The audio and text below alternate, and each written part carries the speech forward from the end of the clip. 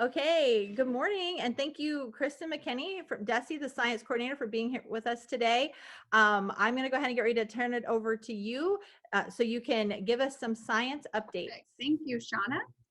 So my name is Kristen McKinney, and I am the Director of Science, and I've been here almost 3 years. So feels like forever, but yeah, so good to chat with you guys today. I'll just give you a brief overview of a little bit of the curriculum webpage and then dive into some tools and resources that you can find on the science webpage that can help you as you are digging into some of this alignment work this summer. So just hovering over educators and traveling to curriculum. The hot topic right now, priority standards. So this link will take you directly to that page. We'll come back to this in just a moment. And scrolling down, you can hear about opportunities that we have this summer. But something new that we've implemented is our curriculum calendar. So you can showcase all the different opportunities that are available to you and your educators in your districts. By simply clicking on one, you can find a description and registration information. And something else to point out here is that if you want to print off maybe 3 months at a time or opportunities for a month, you can certainly change to export this, but this little drop down will create the list where you can have all that information, as well as this little button tells you the description. So just if you wanted to post in your teacher's lounge or bulletin boards, wherever in your buildings, that is an option as well. So another thing, if you're looking for one or a couple specific content areas, you can hide those offerings as well. But moving on to talk about science, if you just come over here and click science, you'll navigate to the science webpage. If you're not a member of the Curriculum and Assessment Edmodo group for science, you can join the group by using this link, where educators post opportunities or resources that they have in their district they're willing to share. If we have any opportunities at DESE, I usually put those out there first. So it's just sort of a science listserv if you want to be involved in that work. And then something that is new as a result of priority standards is the Continuing Science Education Playbook, which is the video that is posted in addition to this resource today. So if you want to learn more about that, you can dive into that video. But then I really just wanted to point out what is here on the science webpage. So when you come, it automatically brings you to this assessment resource tab, where you can find the reference sheets.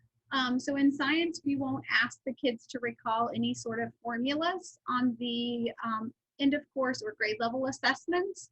Instead, we have these reference sheets that can be printed out and the kids can use during the test.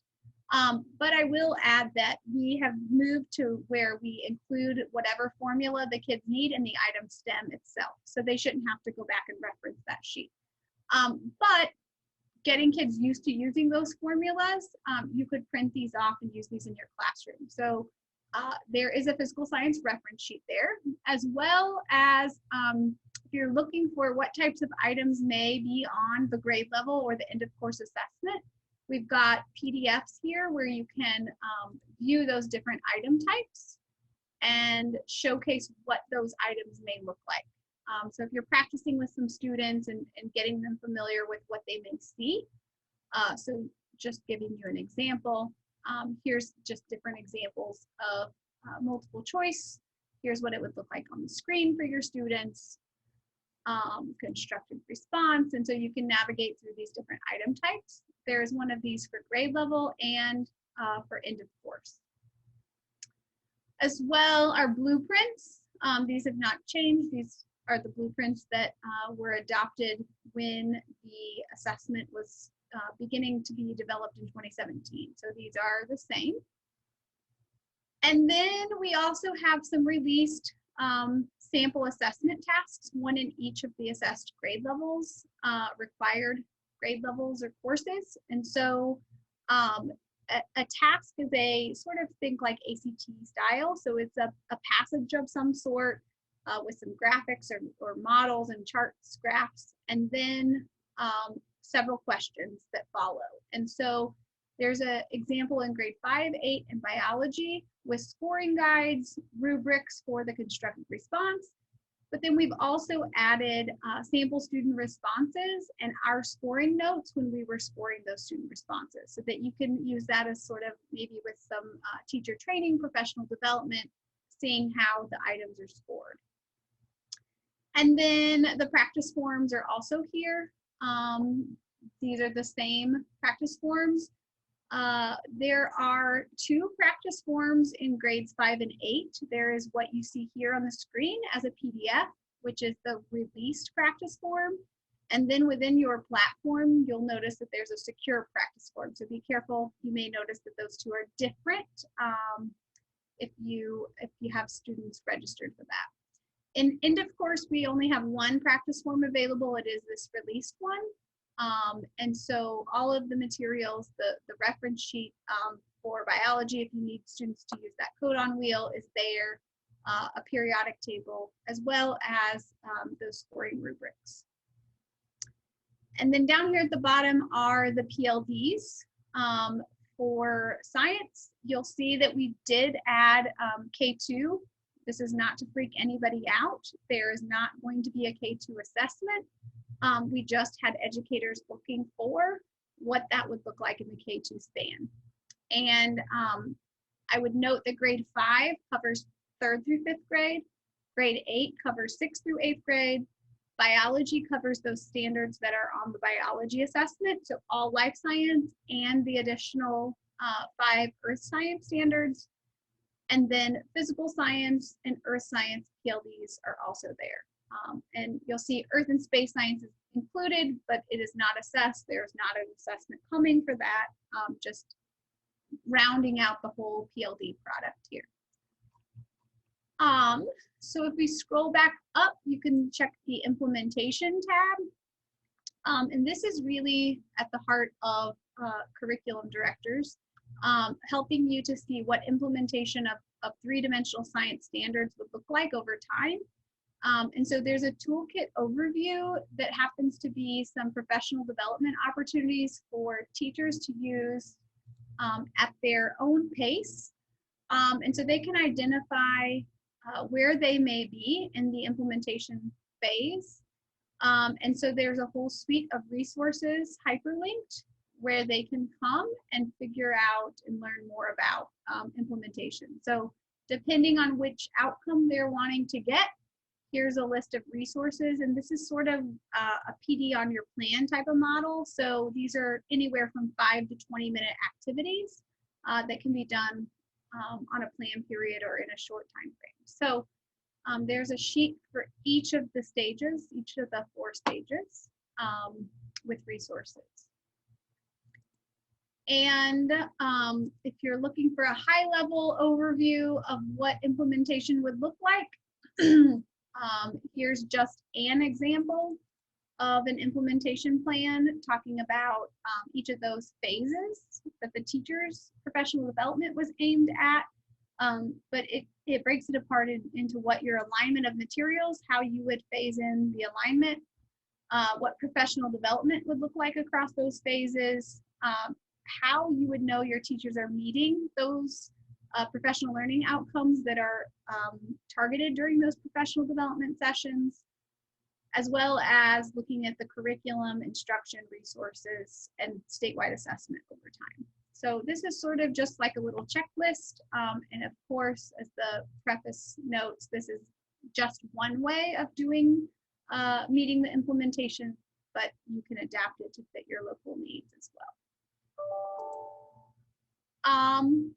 Another good resource to point out is the bundling of the science learning standards. And so if you're looking for sort of a scope and sequence type of model for teachers to dig into and build their units from, you could come to these bundling documents. In K through 5, we take the topic approach versus the thematic approach. And so depending on the the teachers and their preference, there's a model for each. So I'll show you an example of the kindergarten topic. So we outline an essential question for each unit, giving you an approximate time frame it would take to teach that unit, as well as listing out all the standards that would be incorporated. So these, if you are working with the Show Me Curriculum Association, Show Me Administrators Curriculum Association, this is what they have based their science frameworks off of. And so that their guiding questions, big ideas, all flow in with this model as well. So here is the topic approach, and then an example of thematic approach. And you just see the questions change. Sometimes the groupings of standards change too. So Kristen, if a district, because I'm a K-5 person at heart, and so that's something people are trying to bring back in, would you say this would be a good starting place if perhaps your district who doesn't have anything in place right now for K-5? To me, gosh, this is your go-to document. It's created for you. You could at least start here, and then teachers could even modify as needed. Absolutely. Yep. Yeah, and I'll point out that many of the resources, if you purchase resources or if you find resources online, are aligned to NGSS standards. And while Missouri did not adopt NGSS, we are closely related. And so you can see in parentheses, that's the NGSS code to help you. Yeah, and so there's topic and thematic for each grade level, K-5. And then in the middle school level, we go into topic versus phenomena approach. And phenomena is just like this puzzling idea that starts the unit and kids try to figure out, whereas topic is more like, we're going to talk about rocks. And then in the high school space, we just went with the phenomena model. But there's one for physical science, biology, chemistry, and physics. And I will note that the chemistry and physics ones are more of like an intro or a Chem 1, Physics 1 sort of model. All right, so then, too many windows. Back here, copies of the standards are here. Learning progressions will help you as you're developing some proficiency scales. So Missouri's science standards are 3-dimensional. So we have learning progressions for each of the 3 dimensions. And so if you're trying to figure out what it might look like for a second grader to ask questions or develop problems, you would want to come to this document and look here to figure out what a second grader would look like. And also to have that conversation of what you're preparing them to do in third through 5th grade. So there is a document for each dimension like this: science engineering practices, core ideas, and the cross-cutting concepts. And those are just across here. And then these documents are things that you will also find on the Priority Standards webpage. And these are just what we're calling the expanded expectations. So here you'll find groups of standards that fall under one disciplinary core idea. And we tried to kind of combine everything. Folks had mentioned there's a lot of resources and sometimes it's not easy to locate them all. And so here's a sheet where we call out the 3 dimensions. We talk about those vertical progressions that happen across grade levels. If there was a connection to a MOLEAT block, we indicated that, and then we went ahead and put the crosswalk information. So it's all on one sheet, hopefully making it easier for teachers to navigate. So I know there's an example of a MOLEAT block down here. There was. So if there's a MOLEAT block, it is hyperlinked, so it can take you directly to that resource as well. We have not crosswalked to social studies, but that's something that's in conversation. And hopefully when we get some time, we'll get to dig into. So there's expanded expectations for each grade level or domain.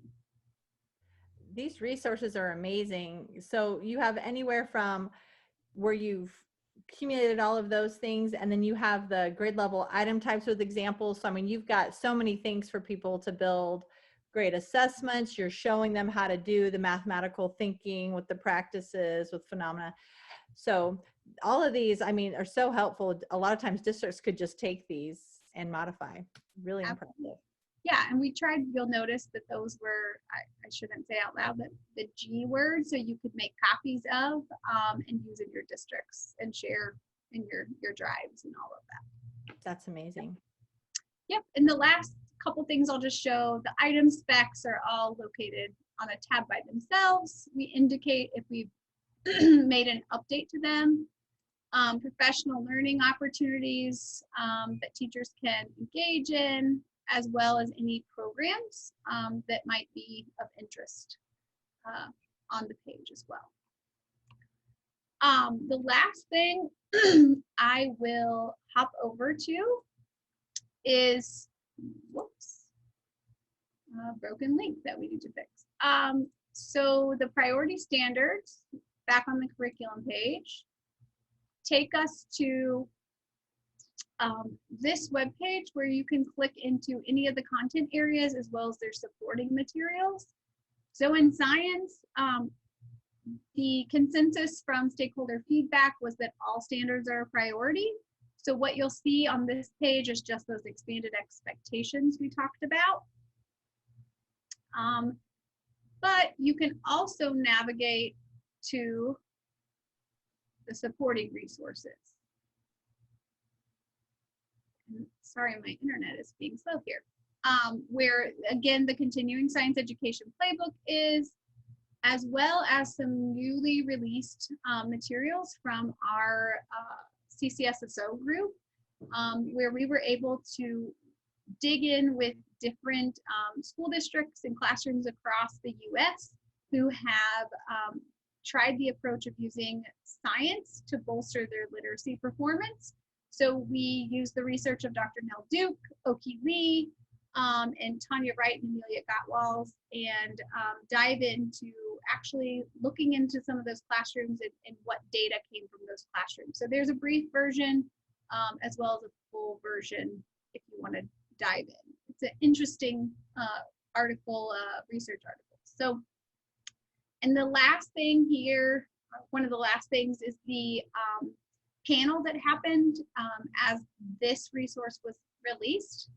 So these are different approaches to the people involved in that work and their thoughts on why science is important to teach at that K-5 level, and what our students may be lacking when they aren't given that opportunity to learn science. And the final thing here is just a list of trade books to be used to help support that literacy in science approach. And so these are the books that have been identified as outstanding science trade books. So if you've been at any of our PD with the Missouri Writing Projects Network, we used Ada Twist the Scientist, which is a book that had made this list in the past. So that is all I have for you, Shauna. Well, that's amazing. So thank you so much.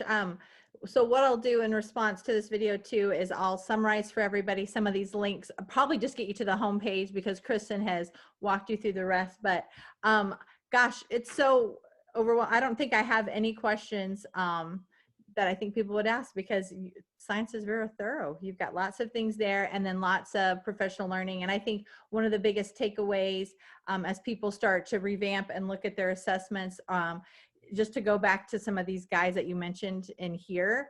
And again, if you're a district who doesn't have anything, that this would be a great starting point for you to just download some of those documents, but great opportunities for science teacher learning as well. Perfect. So thank you so much. If there's need of an additional resource or a thing that should be tidied up or can help, just reach out. We would be excited to dig in and start developing something new. Awesome. Well, I will also put your contact information at the bottom as well. So thank you so much for your time today. Thank you.